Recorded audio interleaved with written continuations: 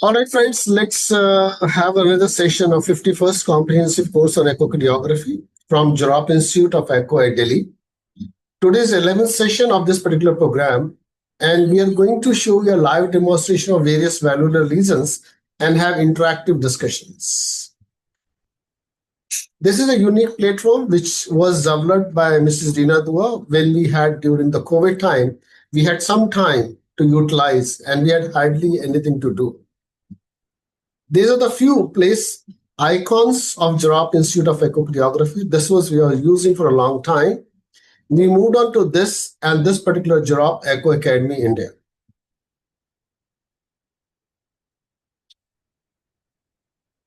This is our auditorium where we conduct our state-of-art training programs for the last almost 2007 years.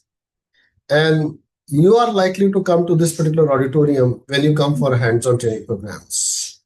Various legends they are associated with this particular programs are, as you can see, along with the newer one is Dr. Hansa Gupta. She is the Vice President of Indian Academy of Echo as on today.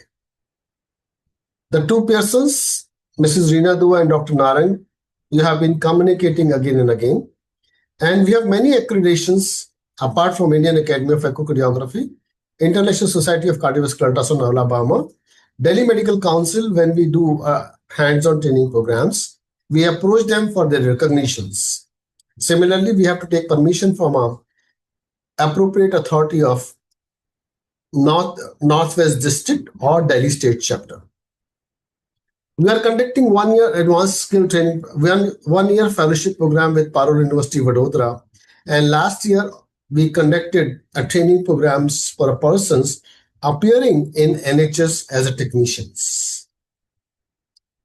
We can say that we started in April 2000, and this is almost 25 years of our establishment. And we are the possible only institute in India, maybe in neighboring countries in the world, which provides hands-on training sessions. And these sessions are being provided by none other than the legends of echocardiography with more than 25 years, more than 10 years of hands-on session experience. Next important thing is we are celebrating a silver jubilee of 25 years of existence on 17th of August in Delhi. And now in this session, which is almost 51st, as you can see that we did the first one in April 2000. And today's session is we are going to have live demonstrations on valvular lesions. And I'm Dr. Rakesh Gupta, who's going to talk about this particular platform. Initially, I'm going to show you our live demonstrations. And I'm sure you will look at these demonstrations and then we can have interactive question answer sessions. And I'm thankful to Ms. Kansal, who has agreed to be a volunteer for this training program today. She has come all the way from her home to help us out in this particular training programs. With this, let me switch over my presentation to a live demonstrations. And can my screen be smaller in size, Reena? Is that possible?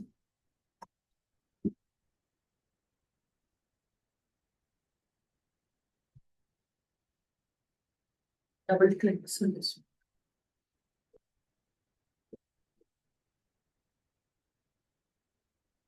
Pause कर देंगे.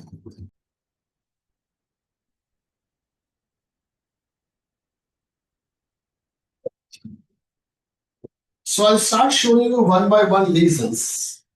And I've got a couple of recordings done already for all of you. Apart from all this. Sir, screen is visible. Sir, screen is not visible. Excuse me, sir. Only.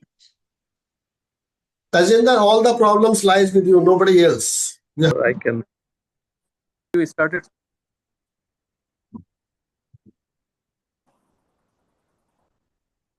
All of you, I'm sure, will be able to see the live which is going on.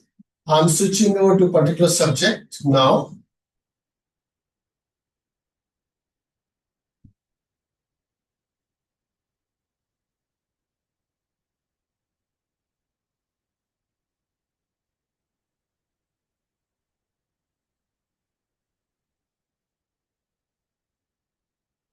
Now this is the plaques view.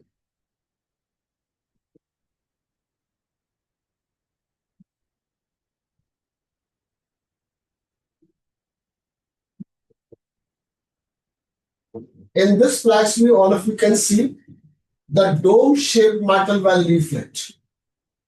This is what is known as doming of AML, hockey stick shape. This is thick.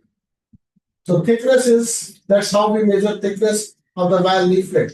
It's 3.43. Truly thickness is about 5 millimeters or more. Then look at the PML. PML is again thickened and it's about 6 millimeters. And if I do my M mode across this thickness, look what exactly happens to AML and PML. This is what AML is. This moves in this direction. The PML also moves in this direction. And why the PML is also moving in this direction is because it's a paradoxical motion of the leaflet. Dr. Ismat, you have to go out and come back again. I can't help you more now. I can't hold it for everybody. And another important part of this particular phenomena is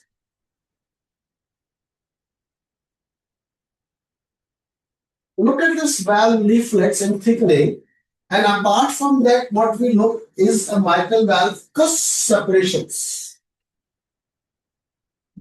And my cursor this is mitral valve cusp separations. So this is mitral valve cusp separation. It's almost 6.86 millimeters. And then if you draw a line right into the center of this cursor, I'm cutting across my aortic valve leaflets. And now you can see easily my aortic valve leaflet box. So this is my aorta. This is my LA.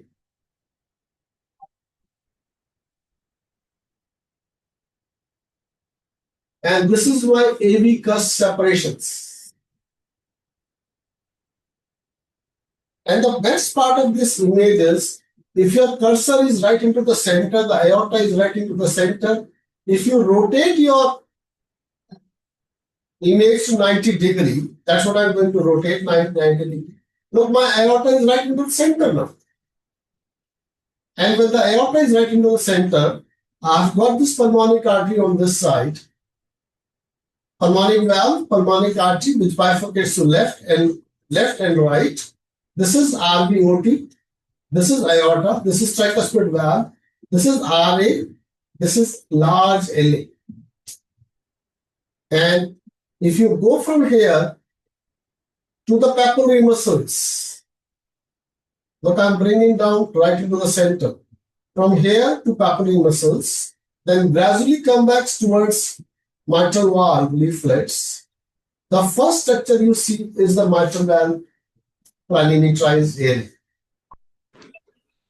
And look how beautifully we can look at this. This is AML, this is lateral commission, this is medial commission, this is PML. And we can see in a live fashion. So this is how you can do it very easily for a mitral valve area.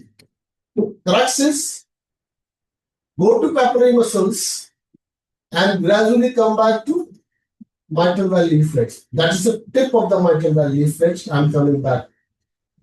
And this is my mitral valve area by planimetry. So I'm going to calculate my area in planimetry by this particular fashion. I can increase my gains, I can zoom it up, and then do a planimetry of this subject.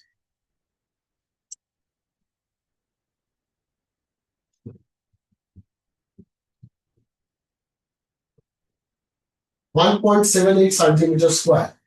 And remember this figure, we'll be doing it again and again. In mitral stenosis, this is the most important part of any mitral stenosis evaluations. Looking at the commissions, lateral, medial, AMO, PML. Look, PML is significantly thickened, some specs of calcification, and this is AML. And then you measure the area, which is again traceable. 1.78 was the earlier one. I'm going to measure it again. Inside to inside, trailing edge to leading edge. And again 1.89, 1.78, 1.89. Almost same, it's not variable.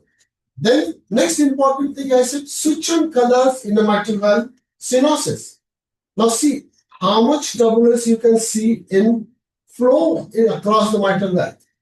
Now this is red color. This is suggestive of diastolic flow.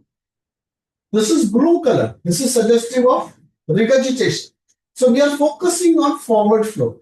And if you look at this forward flow, you see this is hemisphere formation, which is formed in LA side, suggestive of that the severity of the lesion is more in mitral stenosis as compared to mitral regurgitation. For regurgitation, I have to focus on my regurgitation jet, which I'm not going to focus in the present moment. Same patient, if I move my cursor on the aortic valve leaflet, which I'm going to zoom them up, and I can drive the vena contracta.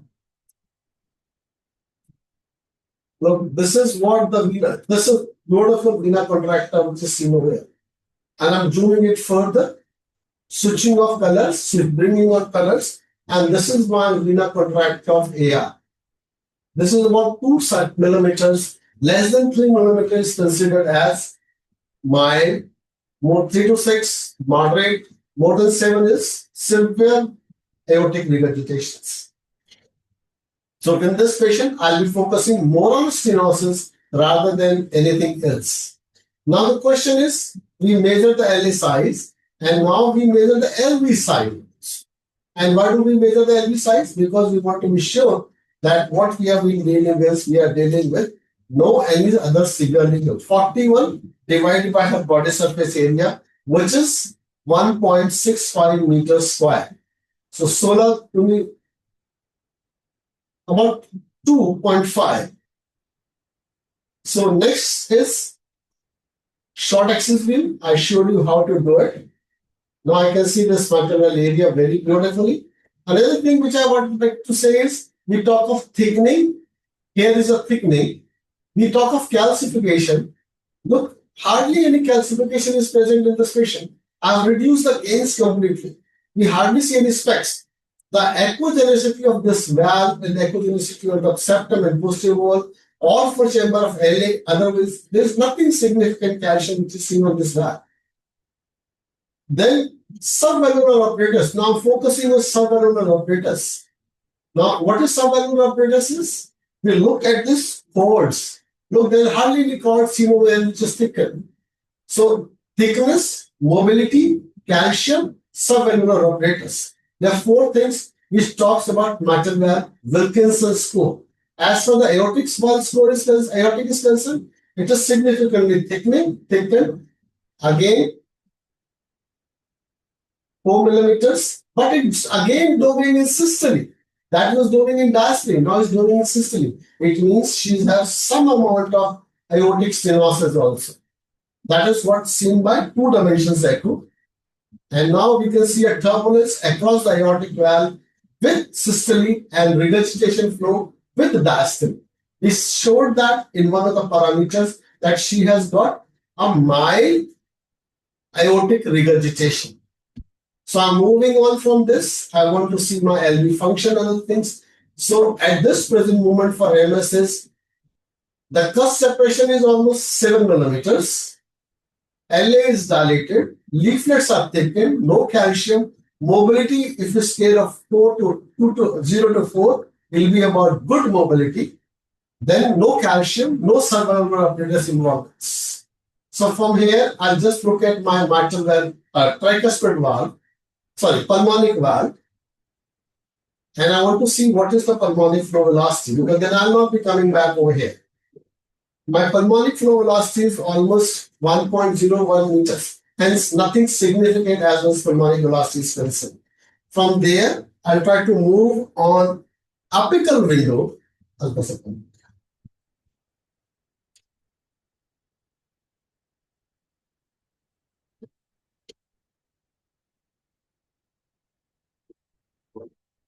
I'll be focusing first on LV size and functions. I showed you LV, that was normal. I've increased the gain deliberately. Now you can see my LV, 4-chamber. This is septum, this is lateral wall. Very good contracting septum and lateral wall. Then I rotate 90 degree to get my true anterior inferior wall. This is my true interior wall. This is inferior wall which has got a papillary muscles and a good contracting LV. Now rotate counterclockwise further. My anterior septum and posterior wall. This is my anterior septum. This is my posterior wall. Posterior wall does not have any papillary muscles. When it shows intermittently the papillary muscle comes, it means that becomes inferior wall as far as evaluation is concerned. So this is how we talk about wall motion abnormalities, which is almost normal, and we have a dedicated module on a wall thickening abnormality. Now going back to my mitral valve, now I have to adjust my images in such a fashion that I'm able to see my LA, reduce my gain in the superior surface of LA. Now this is optimized image for mitral valve. And now I'm going to switch on my colors. Now you can see a beautiful flame-like structures originating from mitral valve and going to from LA to LV. You cannot see a better flame-like structures on this. You have some amount of mitral regurgitation in the same subject. And if you take that criteria of jet area versus LA area, it will be almost 25 to 30% mushkils. So this is what my flame area is. Now I'm doing my pulse wave Doppler spectrum at the mitral valve lengths. So what I'm seeing, now I move my baseline down.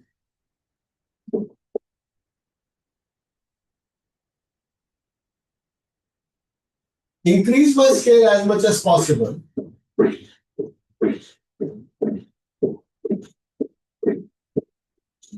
Not more than 4 to 5 complex in every beat.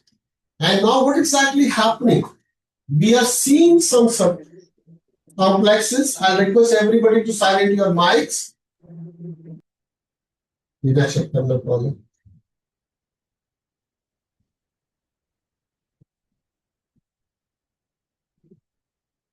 Now look at carefully. We have some complexes where my E wave is very big. Other complexes E wave is smaller. 1.85 and 2:4. Which one we should take? The answer is when the patient is inspiring, when the patient will inspire, what will happen? The right sided flow will increase and the left side flow will fall. So we are not going to take this particular second or fourth sample. Same time, I'm going to back and go back record again. And I'll show you what exactly is happening.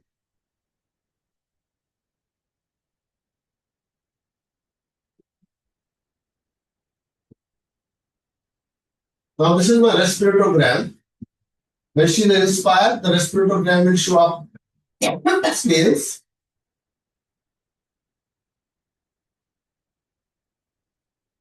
When she expires, it will go down.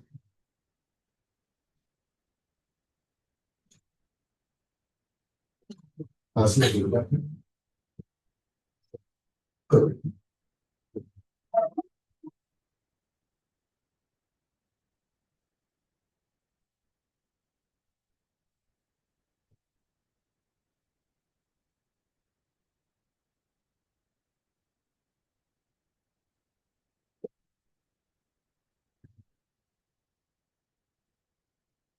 No. Now this is expiratory phase. As soon as she started inspiring, her L function went down, the velocity went down. So we have to be in end expiration for recording your Doppler flow pattern across the mitral valve. In fact, for any condition, we have to be in expiration or before inspiration. So I'm going to do it again. Second thing which I wanted to show is that I'm able to contain this Doppler spectrum pattern with the pulse wave. If you can't contain this Doppler spectrum pattern with pulse wave, what you should do is you should switch over to continuous wave Doppler pattern. ऐसी बहुत ज्यादा होती है तब से मेरे सब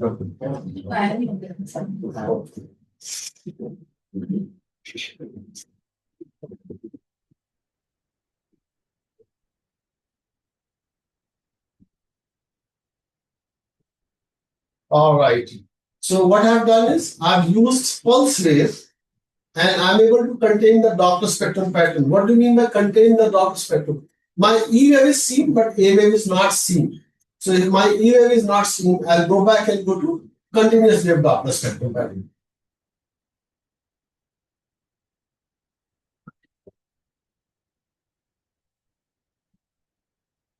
Okay, now I'm going to reduce the gains. Now trace this Doppler spectrum pattern starting from the baseline, go up, go to the peak, come back, end of a T wave, beginning of A wave, and coming down all the way for end of a T wave, and then take a heart rate. Now you can see 2.68, 1.91, 29, and 16 is the gradients across the subjects. Now we can look at the pressure half time of the same patient. So we'll go to pressure half time and then give you area. This is 1.18, again 1.36, 1.25. Variability would always be there. So that's how we look at pressure half time, area, and other things. Let me just switch off this respiratory program.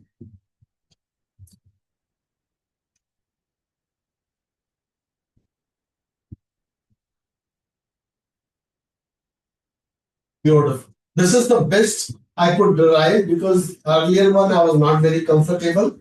Now this is very clearly seen. You can see a peak of E wave, peak of T wave, E and A waves.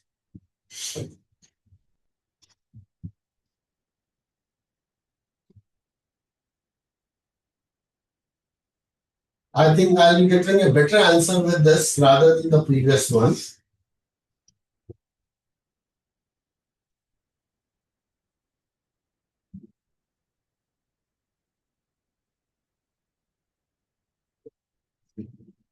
So what we see is a mean gradient of 9 millimeters of mercury, and which again correspond to moderate mitral stenosis.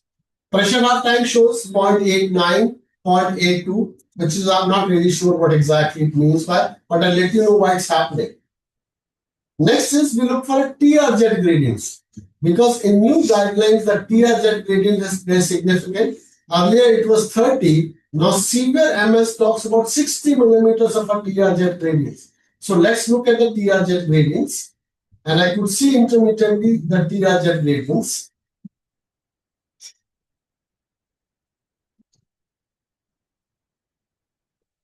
So here is my TRZ gradients. I could see a tip of the tongue, 2.23 and 20 millimeters of mercury as a gradient. It's not 60, again, not suggestive of severe MS.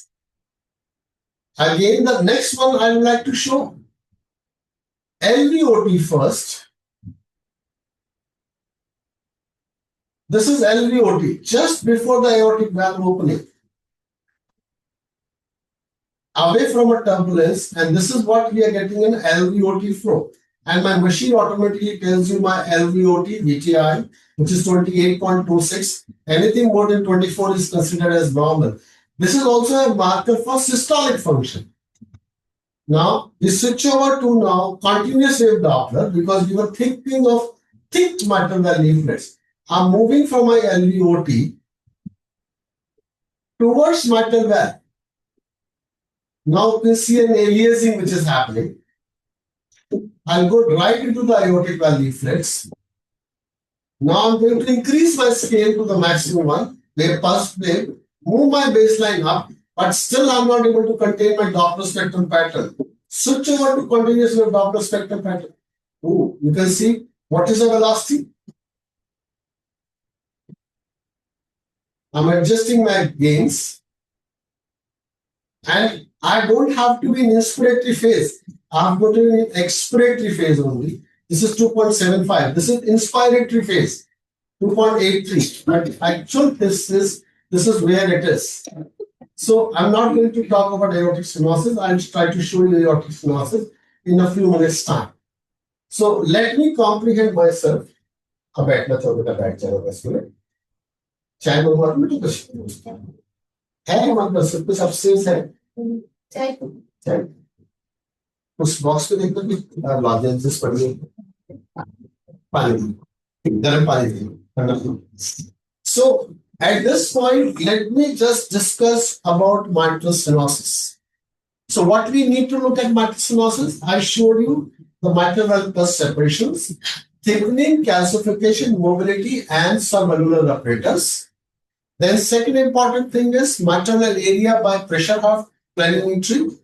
Third important thing is peak and mean gradients. Mean is more important. And the fourth important thing is a TR jet gradients. Based on this, what we come across, we always come across the severity of mitral stenosis. If you take up this subject one by one, let me look at the subject one by one.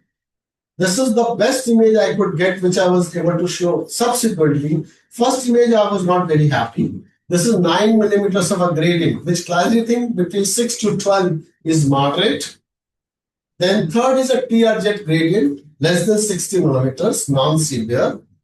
Then cusp separation is about 6 millimeter to 7 millimeter, again moderate. LA is dilated. There's a thickening of leaflets is present. There's no calcification. There's no subvalvular apparatus thickening. The mobility is good. And the last one, what we saw a mitral area by planimetry of 1.7 to 1.8 centimeters square, again consisting of the criteria of moderate mitral stenosis. Three important things which we need to look at these mitral stenosis patient when we do a balloon valvotomies. One important thing is what is the severity of MR? In this patient, severity of MR was almost mild. In this case, I am not evaluated, but does not look to be significant. Any LA appendage thrombus, which is not there, any thrombus in LA or LA appendage, which is contradictory for balloon valvotomy. MR, LA thrombus, LA appendage thrombus, and the next important thing is commissural calcification. If you look at this subject, there is hardly any commissural calcification. Just reduce your gaze. Look, this is only the specks of calcium which is seen over here. Correct? There's hardly any calcium in this particular valves. So what I've done, I've zoomed down the 2D gains completely.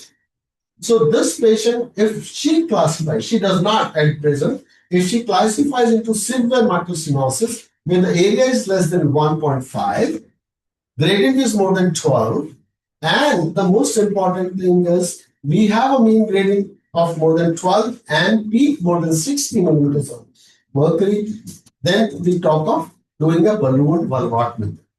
And 4 factors will cancel, and we add 4 from a drop talking of commercial calcification, LA thrombus, LA appendage thrombus, and presence of at least moderate or more mitral regurgitations. Questions. Now you can raise your hand one by one so that I'll answer your question for mitral stenosis. Then quickly switch over to mitral aortic stenosis, because then I'll make a free from it. Questions for aortic mitral stenosis. Can you raise your hand?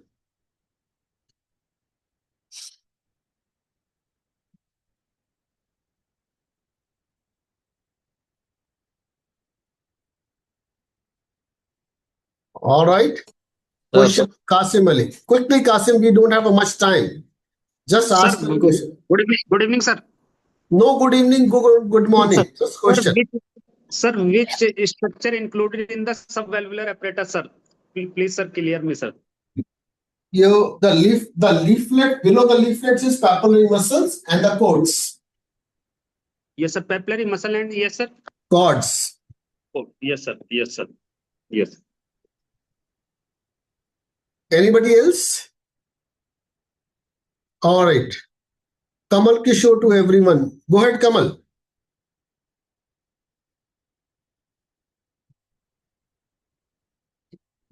Kamal, some questions you have? No. Dr. Veena? Sir, how to calculate these findings in AF? AF, you have to record these findings at least 5 to 7 times Yes. and then take their average. Just give me a second. I'll show you a patient from AF. Okay, sir.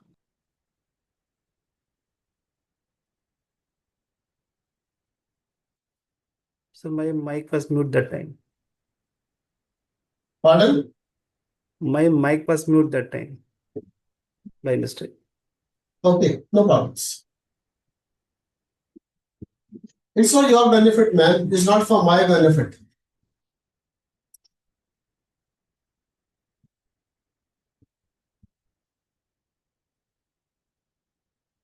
Now, can you see the screen?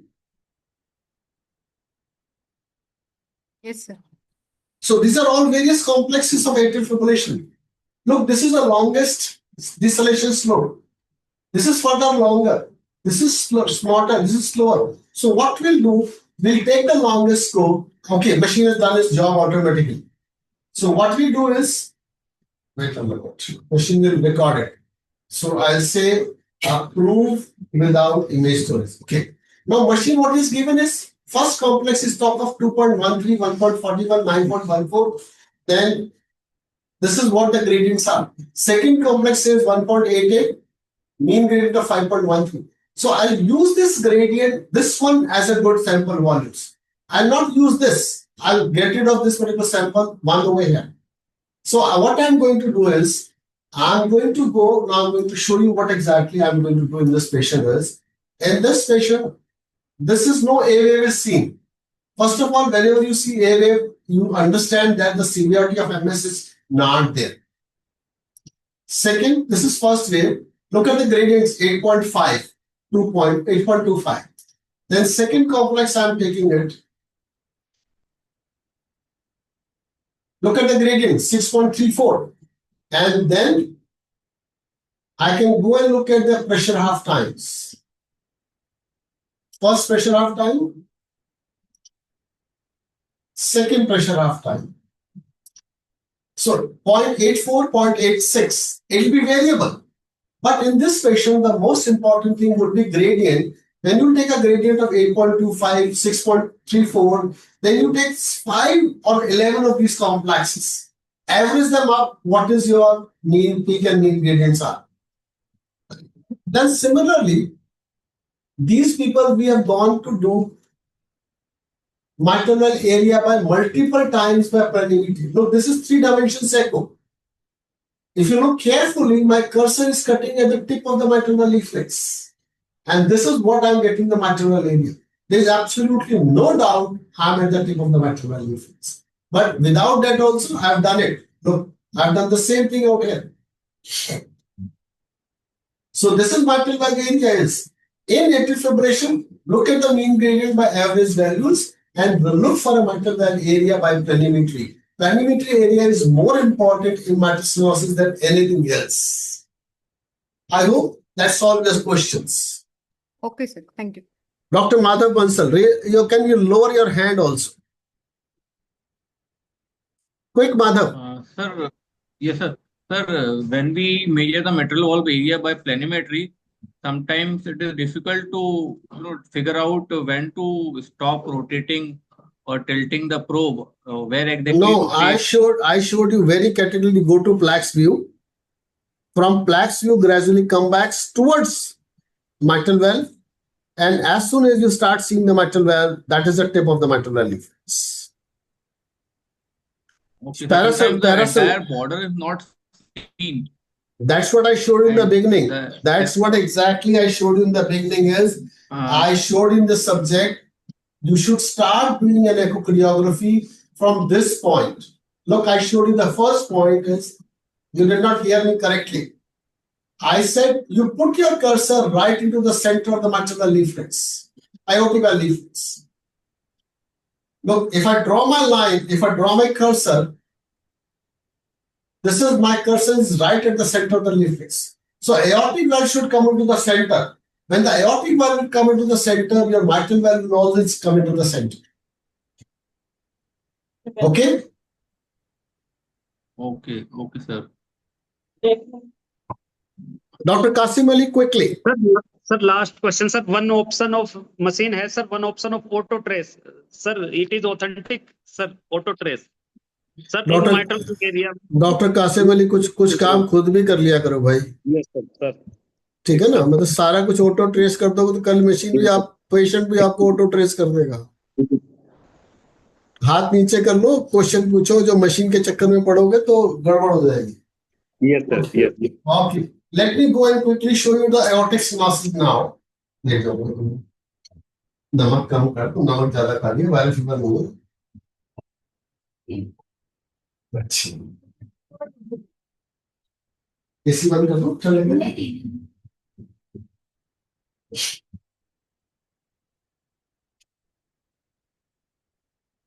Now the same patient, I'll be focusing on aortic stenosis.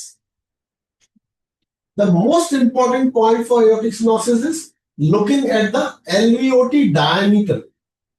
Look, I'm focusing on LVOT diameter.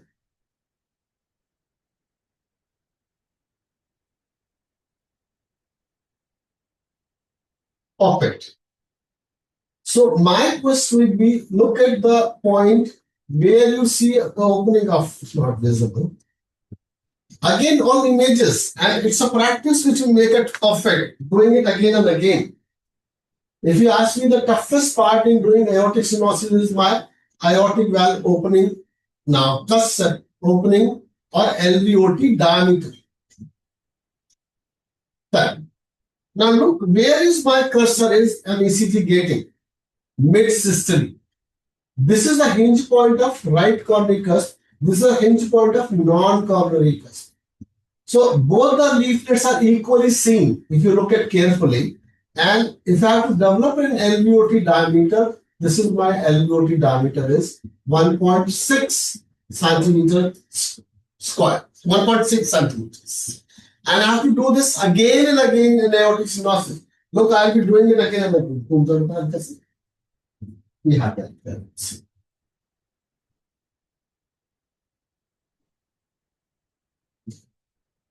If you develop a perfection in this, your work is done. And this has to be mid-systole. One hinge point, second hinge point, 1.5 again. And both the leaflets should open up. Now look, both the leaflets are equal and they'll open up. They're not equal.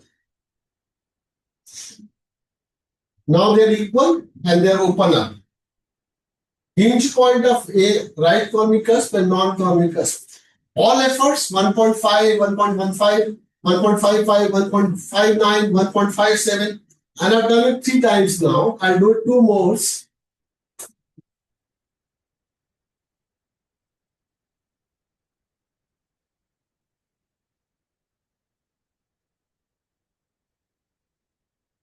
Almost same.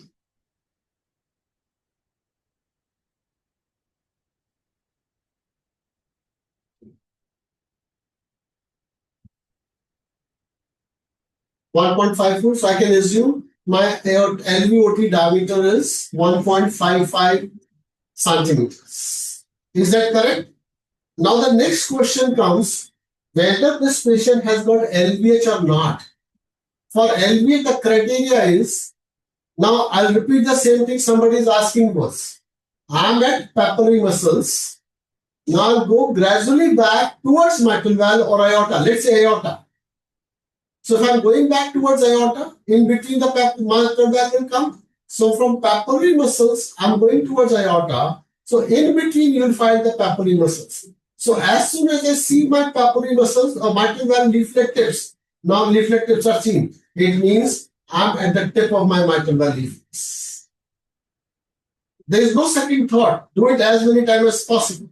Furthermore, it will be aortic valve.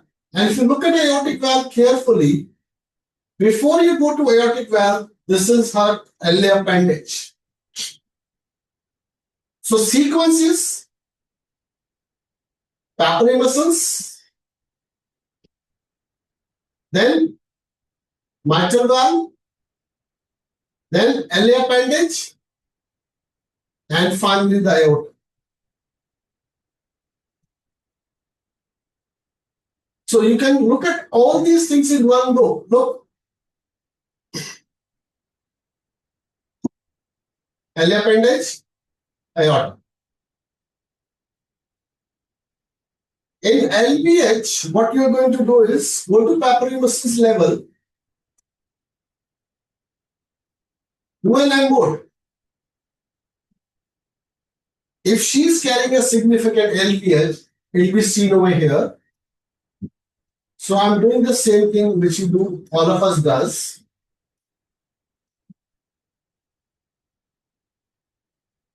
My RWT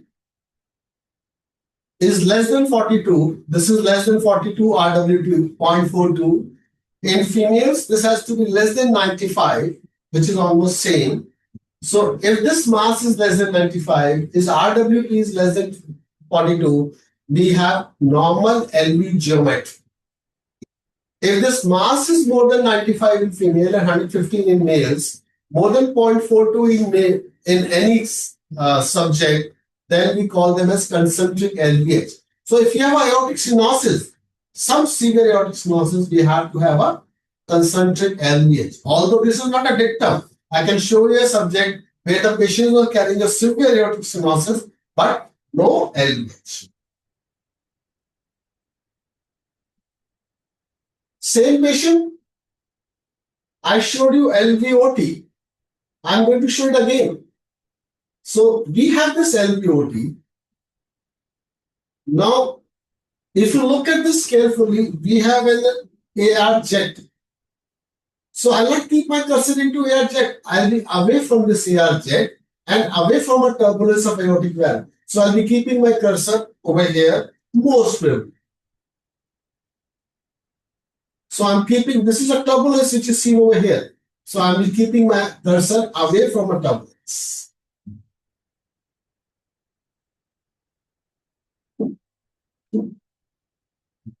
And let the machine is doing by itself, is good. 27, last time it was 26. 27 centimeter is my LVOT VTI. So this is 27 centimeters. Second is what we need in this patient is a CW to look at a continuous wave velocity gradients.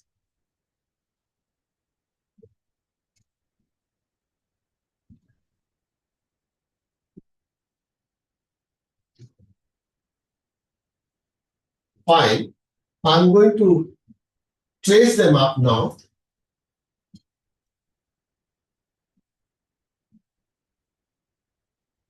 Although I'm doing it, I'm not very happy, to tell you very honestly. So this is peak velocity is for 2.89, mean is 2.03, peak gradient 33, mean gradient 18 millimeters of mercury. Doppler velocity integral is 0.45, which has to be less than 0.25 to talk of severe aortic stenosis. Why I'm not happy? I'll show you in a couple of seconds. And this is what the machine has done automatically. I did not do it. What I'll be doing it, I'll reduce my scales.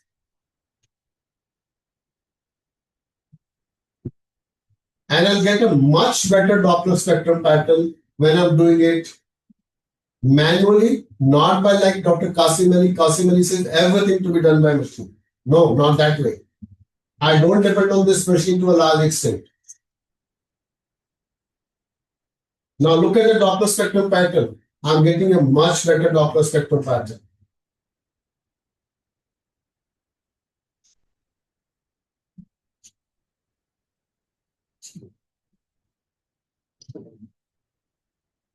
I'm happy with this. Next point is acceleration time. So this point to peak of this is acceleration time. This point to, I'm again measuring it again. I'm sorry for that line went down a little bit. So this is acceleration time. This is ejection time.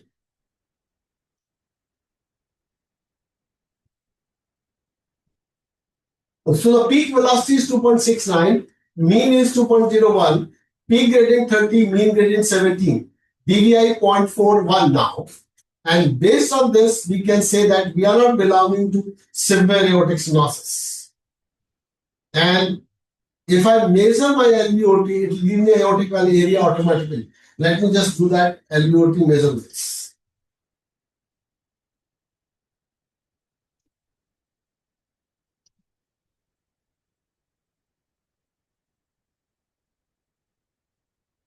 No, they have removed it anyway.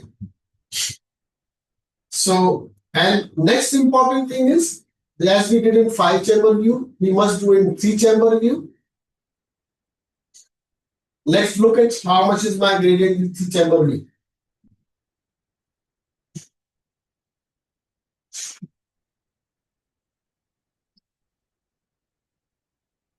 2.54. So 5-chamber view is better than this.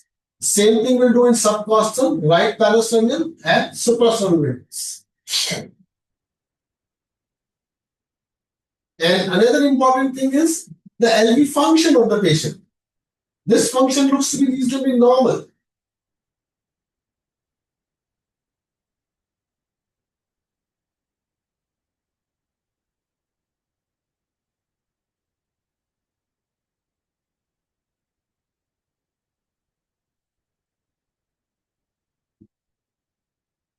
You can raise your hands for asking question for aortic stenosis.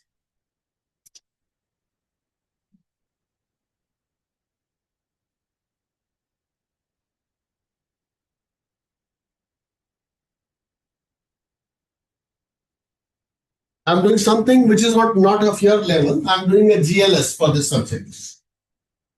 Beautiful recording. Now automatically giving the ejection fraction of 60%. Here I'm dependent on this ejection fraction by this GLS because imaging quality has been so good that my ejection fraction is perfectly well.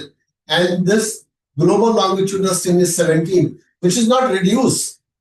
In case this is reduced, it means my LV function is getting down. So that's why I looked at my GLS. So I'll approve and come out of this particular aortic stenosis. Let me show you the gradients. So let's comprise thickening of the aortic valve leaflets. Along with it, doming in diastole, LVOT diameter, LVOT VTI, aortic valve VTI, and based on this, we are able to calculate the aortic valve area. This patient has got a gradient less than that, less than 4 meters of a peak velocity, less than 40 millimeters of a gradient. LV function is normal. And based on aortic valve area, we have to calculate whatever is the blood flowing through LVOT has to flow through aortic valve. So LVOT diameter, somebody can take out a calculator. I'll just name somebody who has to take out a calculator. Dr. Abhijit More. Open your mic. Yes, sir. Calculate 1.75 divided by 2. 0.875. 0.875 multiplied by 0.875. That is a radius square. Multiply it. 0.7. 0.7 multiplied by pi. Pi is 3.14. Multiplied by 3.14. 2.4. 2.4 multiplied by LVOT VTI. 27.56.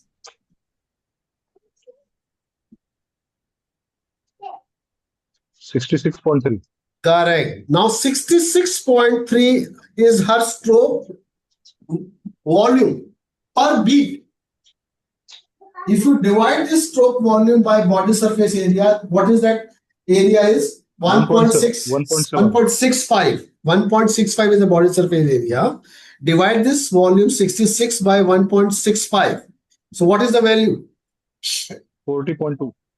40.2. So we have index stroke volume of more than 35 ml. It means even if it's a stenosis, that's a volume which says is high flow volume, high flow in the volumes. Now 66 divided by aortic valve VTI. What was aortic valve VTI? I'll just show you aortic valve VTI. Aortic valve VTI is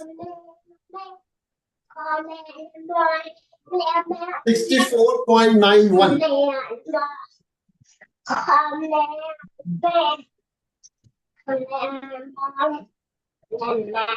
1.2.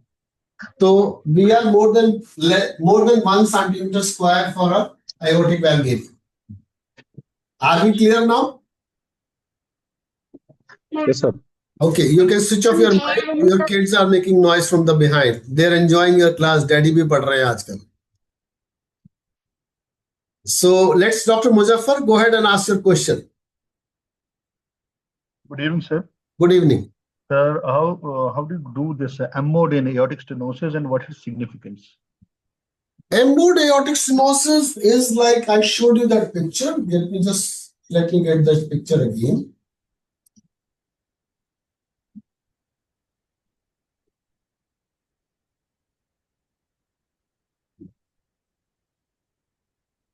Now I'll show you that picture. Just wait a minute. The significance of M mode in aortic valve is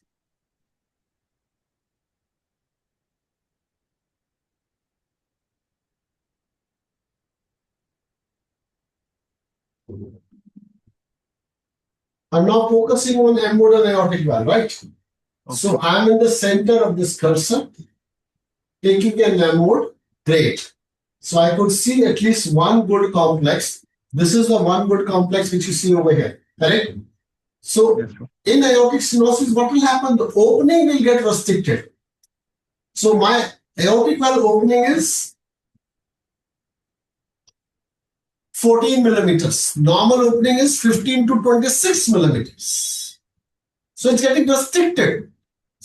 And most important thing is if you compare the opening, look at the aortic valve opening. This is the opening which is restricted. Look, if you look at carefully, the valves are not opening perfectly. This valve is not opening perfectly. So these valves should stuck over here, this valve should stuck over here, and the annulus and this alveoli area at the annulus should be the same almost. Maybe the sinus of Valsalva's flow would be more because they'll be sticking almost to sinuses. So M mode is when you see an M mode, I'm not going to do it again for you. Cutting across the M mode of the aortic valve leaflets.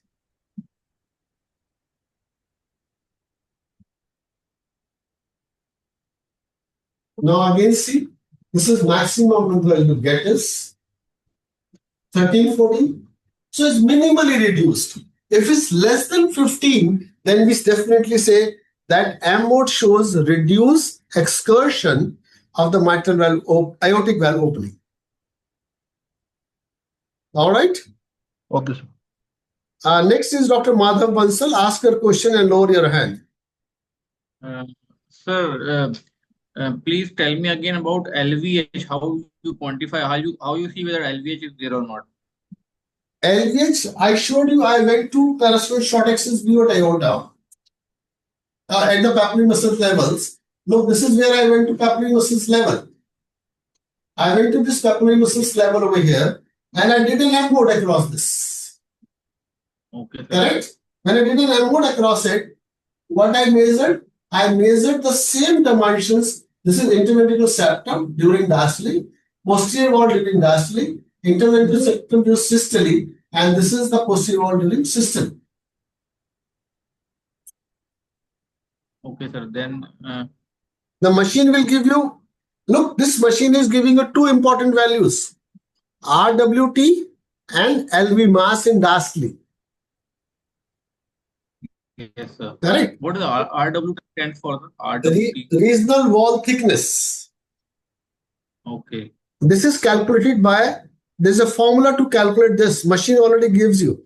If I'm correct, the formula is LV dimension during diastole divided by 2 and then divided by LV IDD. I don't remember it correctly, but there's a formula. Machine is fed with this formula. Okay. LV this is dimension how, means LV. Okay. LV dimension during diastole. This is LV dimension during diastole. Okay, sir. So this is a formula which calculates this LVH, and we'll show you again this particular phenomena. And otherwise, number of countries, what they are doing is they are just looking at this particular things, you know.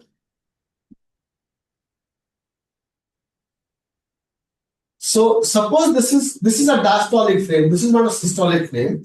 So what they are doing is they are measuring the basal septum more than 12. So this is 10.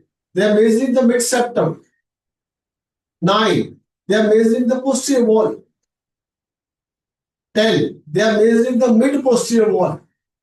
So if these walls are more than 12 millimeters all around, then we call them as concentric LVH.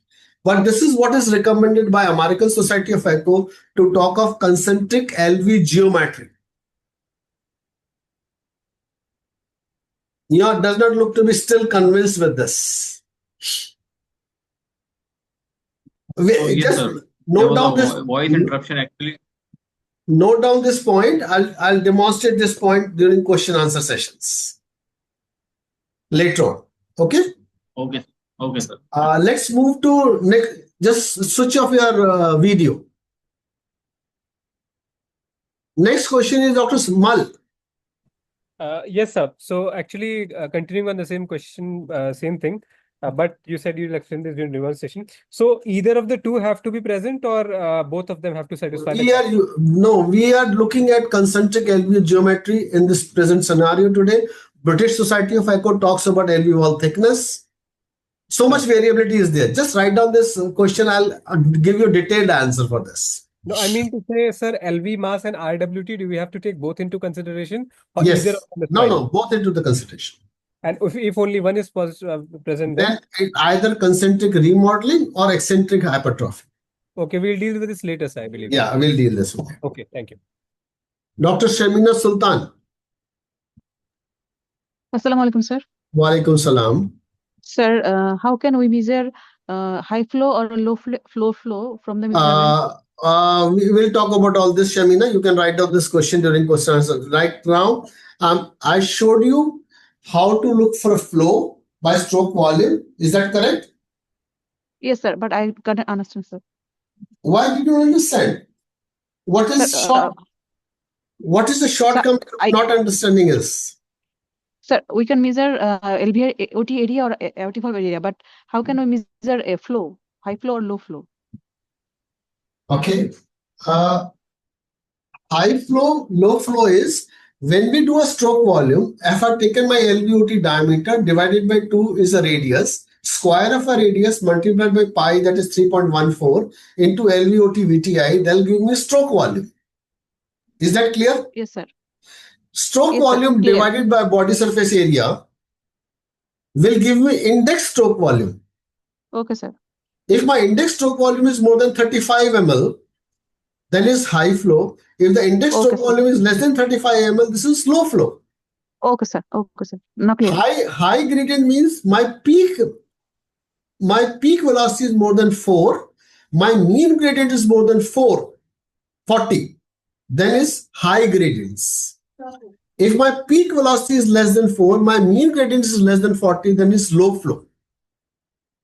Then the question is, we have 4 variety: high flow, high gradient, high flow, low gradient, low flow, low gradient, low flow, low gradient with poor early systolic function. Right at this point, I'll show you with the slides. Okay? Okay, sir. Now I'm clear, sir. Thank you, sir. Thank you. Anybody else?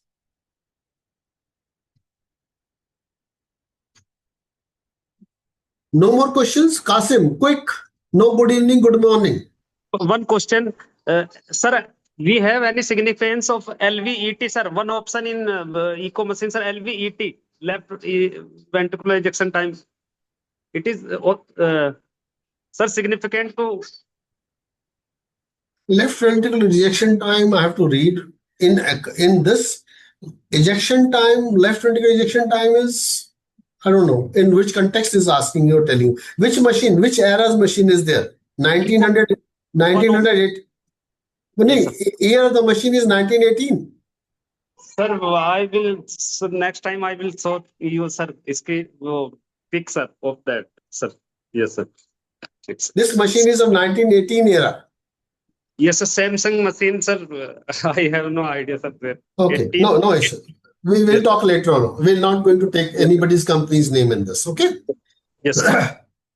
So are we clear with the aortic stenosis and mitral stenosis? I just want to show you one more live demonstration, then I'll make her free because she must be tired by now. She's almost 1.5 hours over here. So in mitral regurgitations,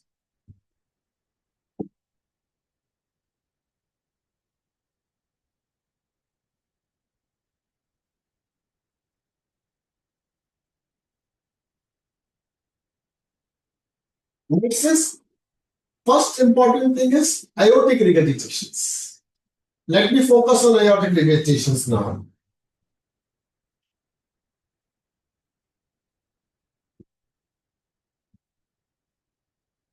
All right. So if you look at this jet,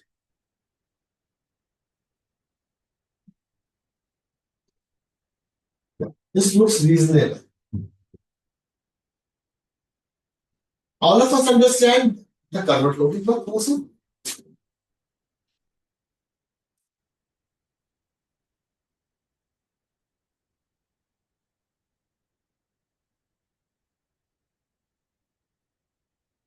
Transfloating.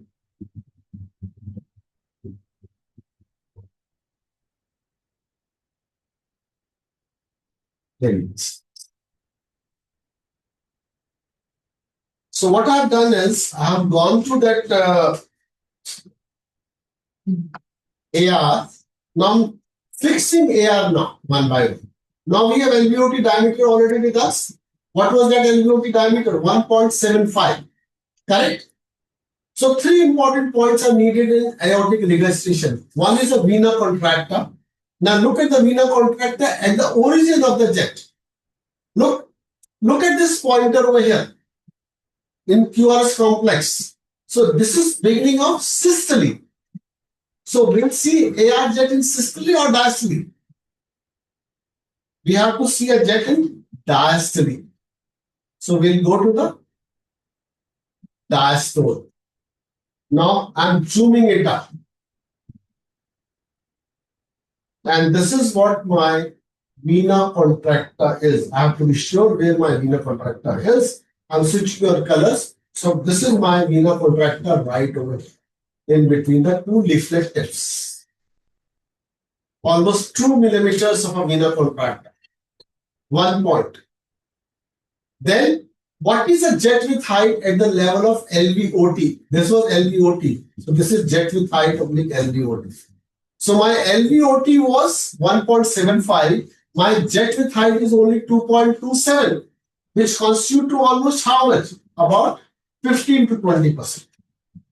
Look very carefully. The point where my jet is originating, the point where I'm measuring my LVOT diameter. Not diameter, LVOT jet width, not LVOT, jet width height. So this is a point where I'm measuring my, I'm sorry.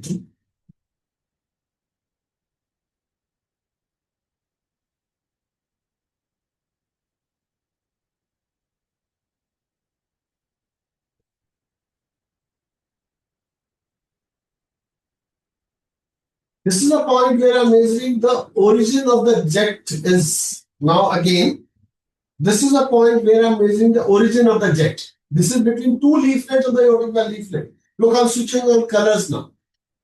Look at the jet. So let me try to make it two different windows. One with a color, one without a color.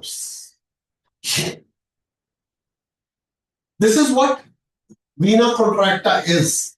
Second important issue is I have to measure my jet width height. So jet width height would be the longest portion at the level of LVOT. This is my LVOT and this is my jet width height. That was almost 5 millimeters, 4.5 or 5 millimeters. And that was again 1.75 and again constitute to be less than 30%. Mind my words, when we measure my jet width, when do you measure my LVOT height?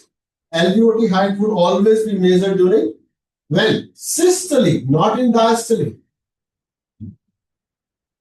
Height would be in LVOT height in systole, that was 1.75. This is not an accurate measurement.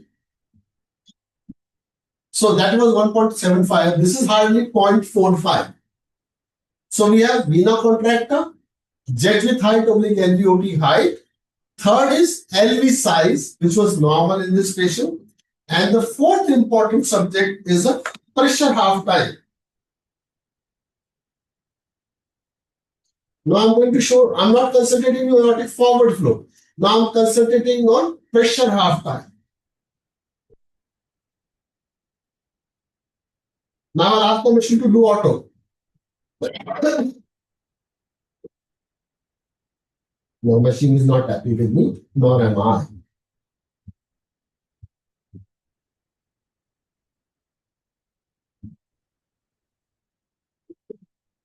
Yes. Now you can see this.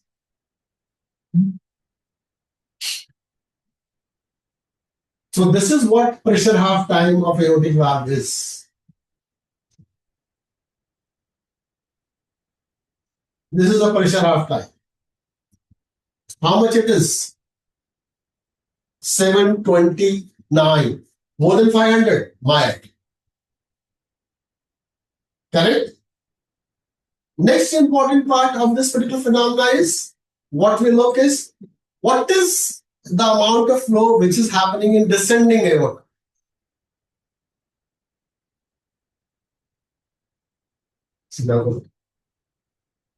मैं थोड़ा सारा एको कर लिया बहुत ज्यादा detail होगी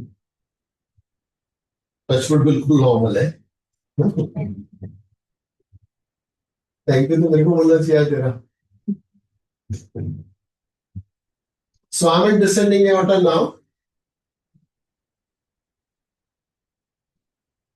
So my pulse wave is in descending aorta. So I have hardly any reversal of flow. This is my reversal of flow. I'm going to trace it.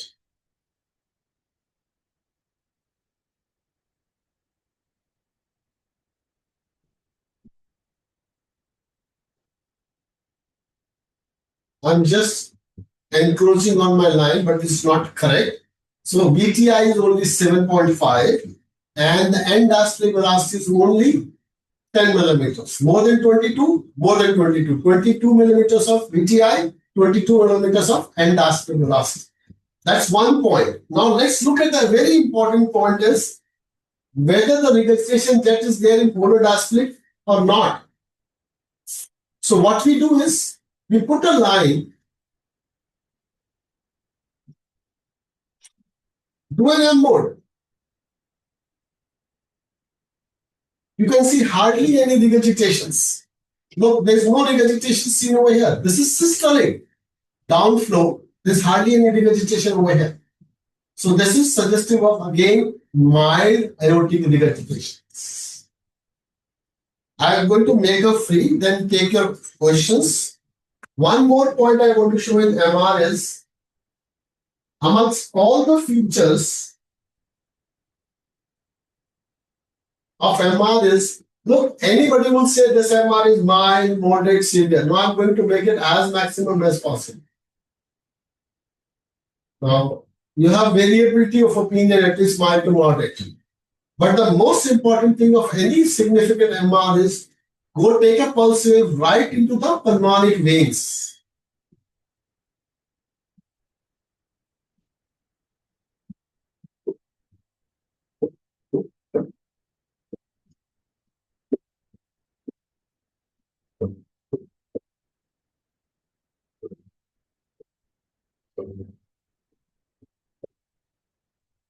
Good.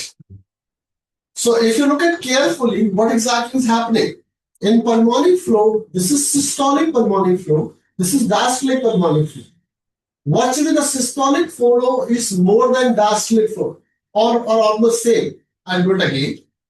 It is a little bit shorter down. And one more thing which I did not do and nobody pointed it out to me do it. So I have to reduce my scale Nyquist limit to 40.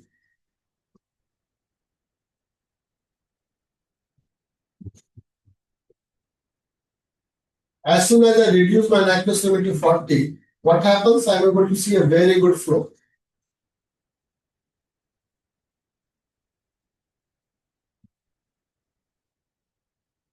Okay. Now this is systolic forward flow, this is diastolic forward flow. In case of a severe MR, this will reduce in size. What will happen? Systolic flow will become lesser than diastolic flow. It becomes truncated. It means it will be over here only. Diastolic will be more. And in severe MR, this will get reversal of flow, which is not there. Last point.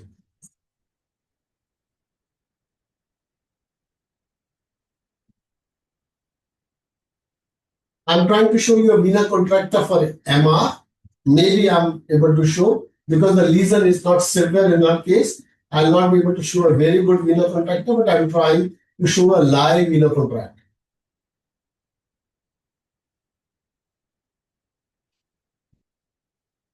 No, I'm not able. I'll show my recordings, but I can show you a very good pizza for mitral stenosis. Look, this is a very good pizza for mitral stenosis. This is what the pizza I'm talking about. Very good pizza. And this tells you that mitral stenosis lesion is more dominant as compared to mitral regurgitation. Any questions before I make a free? You can raise your hand one by one. Then I'll go to my recordings to answer your question and show you one case of MR also.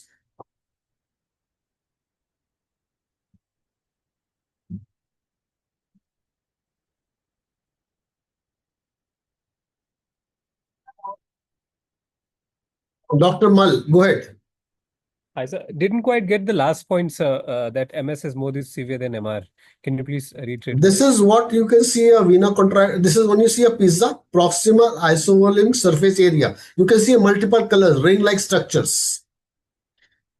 When you have MS with MR, the side you see a pizza, that is the more dominant lesion is. Okay, sir. Okay.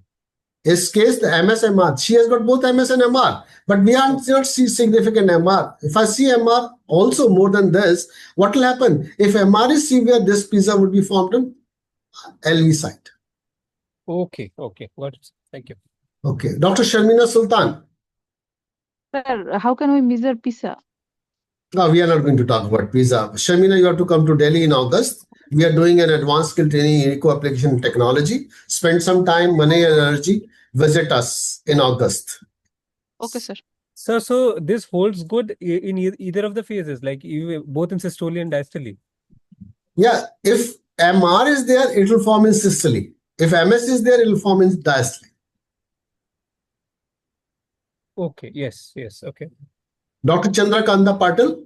Yes, sir. I want clarification that jet width should be calculated at LVOT area and LVOT site. vena contracta, sorry, sir. And vena contracta at leaflet area, sir. Leaflet. And that in between the leaflets. Yes, sir. Yes. Dr. Patil, if you go to villages, we used to have two door used to have two parts of a door. Yes, sir. Over a period of time, those two parts of the door they get used to be molded in a different form. So there was some potential space used to happen in between after a long time. In villages, very common. Yes, sir. Yes. And through that particular place, the wind used to blow back into the house. Okay. Correct? Yes, sir. अगर आपको याद है पुराने जमाने में वो कहते थे यार दरवाजा बंद कर दे, यार दरवाजा टेढ़ा हो गया. Yes, sir. Yes, sir. तो टेढ़ा होने पे जहां से हवा निकलती है दो पल्लों के बीच में, that is what the vena contracta is. Okay, sir. Whether it's aortic or mitral. Okay. And jet width height is at the level of annulus, LVOT diameter. Okay, sir. Okay. All right. Okay, sir. Anybody else? Any other questions? Then let me show you one or two quick cases, and then we call it a day.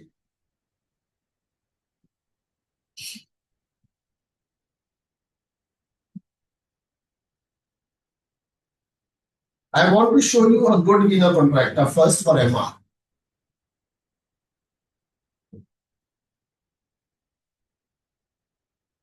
मैंने एक paper टंगा वहां पे देना लोग को.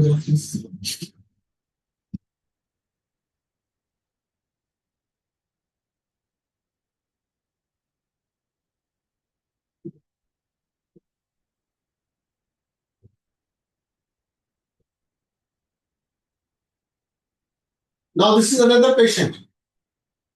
Now you can see very good vena contracta. Can you see the vena contracta? सामने paper है मुझे और नीचे पास पेपर है बस. Thank you, Sabna. So this is what vena contracta is, just between the two leaflet, and this is the jet with height. सबसे नीचे का नाम यही वाला. All right. नीचे right.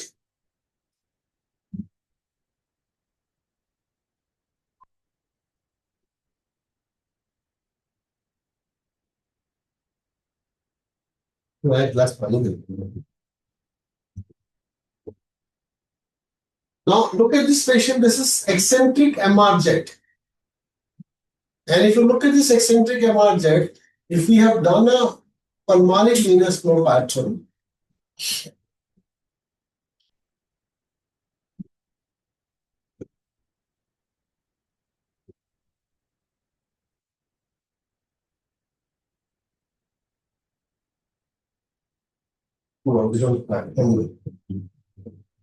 so echo 02, LVOT diameter, MR severity,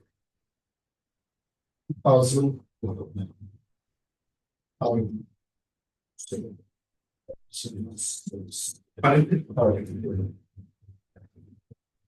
Class. Question.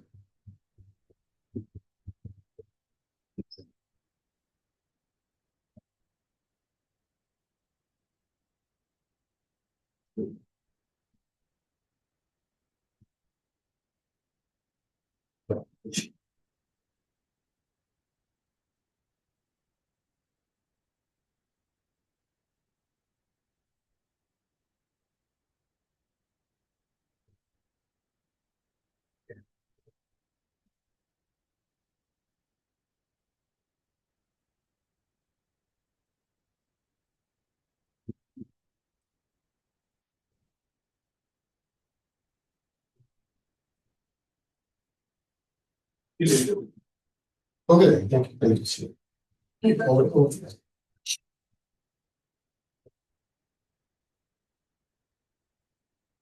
Bence bu barışmış çok yaygın. Hatırlı çok yaygın.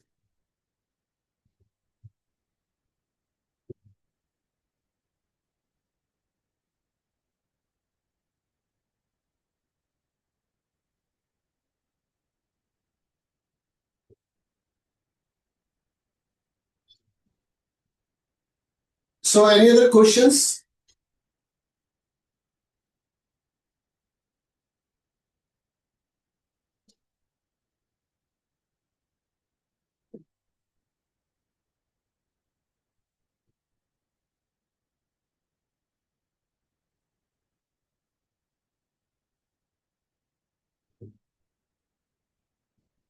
All right. This is what I was trying to show you.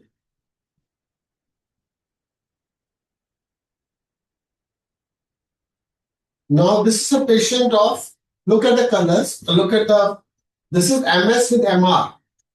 And as soon as I switch on my color, what I'm going to get is both forward flow and the reverse flow. And the reverse flow, what I'm getting is MR. I'm switching of colors.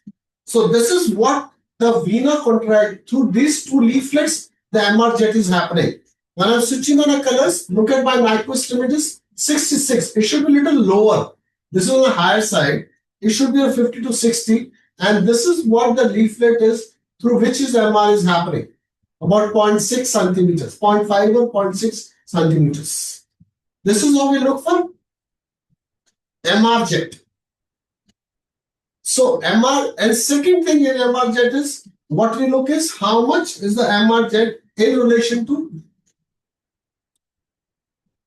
LA area. So that's what we do in this particular fashion.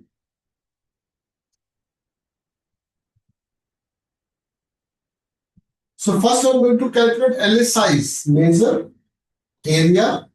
So I'm going to calculate my LA size.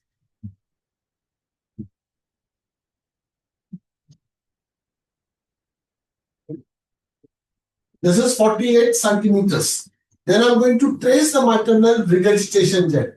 These are old things which used to happen long back. So this is how we measure the jet area. So jet area versus LA area, vena contracta, LV size, and then reversal of flow in pulmonic veins will give you a severity of MR.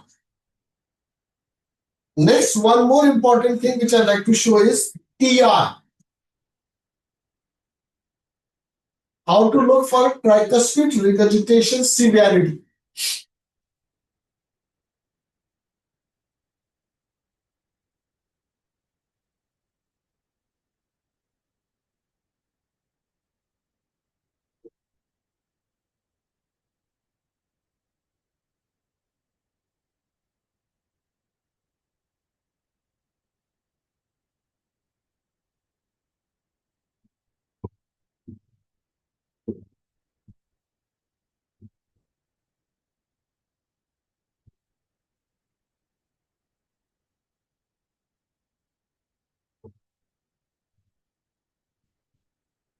Now all of you can see a TR.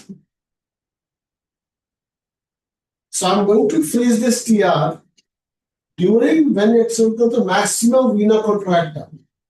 Now this is a maximum vena contracta, and then you measure this TR as 11 millimeter. So it's more than severe, less than massive. But this TR will not going to change your clarity for PA pressures. This is just tell you that is severe because the ring dilatation depends on surgical evaluations. And one more thing, what we do in this subject is nowadays we are looking at this tricuspid valve. Somebody was asking, this is what we are going to do during advanced skill trainings. Now, in this tricuspid valve, look, I've got all three leaflets of the tricuspid valve leaflets. This is my septal. This is my septal leaflet. This is my AML, anterior tricuspid valve leaflet. This is posterior tricuspid leaflet. Now look at again carefully.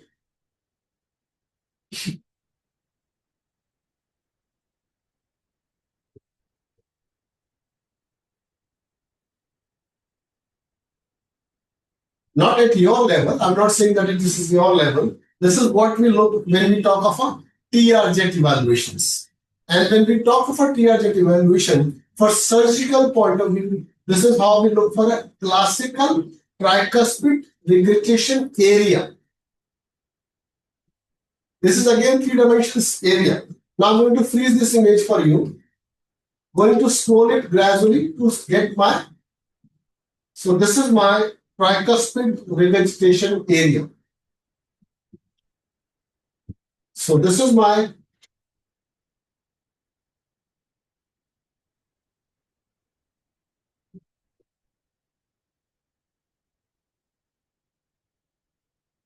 area of the tricuspid regurgitation depth. This is more important than vena contracta for doing like annuloplasty and other things in cases of secondary TR where this region has come because of a left-sided reasons. And answer for this is one, we showed severity. Second is what is the gradient across this TR? And that is gives you a PA pressures. Here is a gradient across this TR is, the gradient is 2.82 and 32 millimeters of mercury.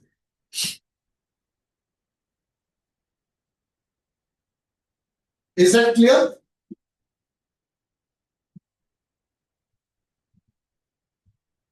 Any questions before we start closing up everything?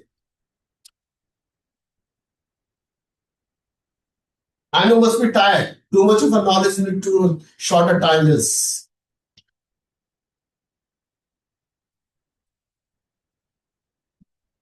Anybody, any questions, or we can stop over here before I start taking quickly your attendance? And then we separate altogether, not in video recordings. Okay. So we'll stop sharing it and quickly take your attendance. Lina, can we stop sharing it? And I'll stop it away.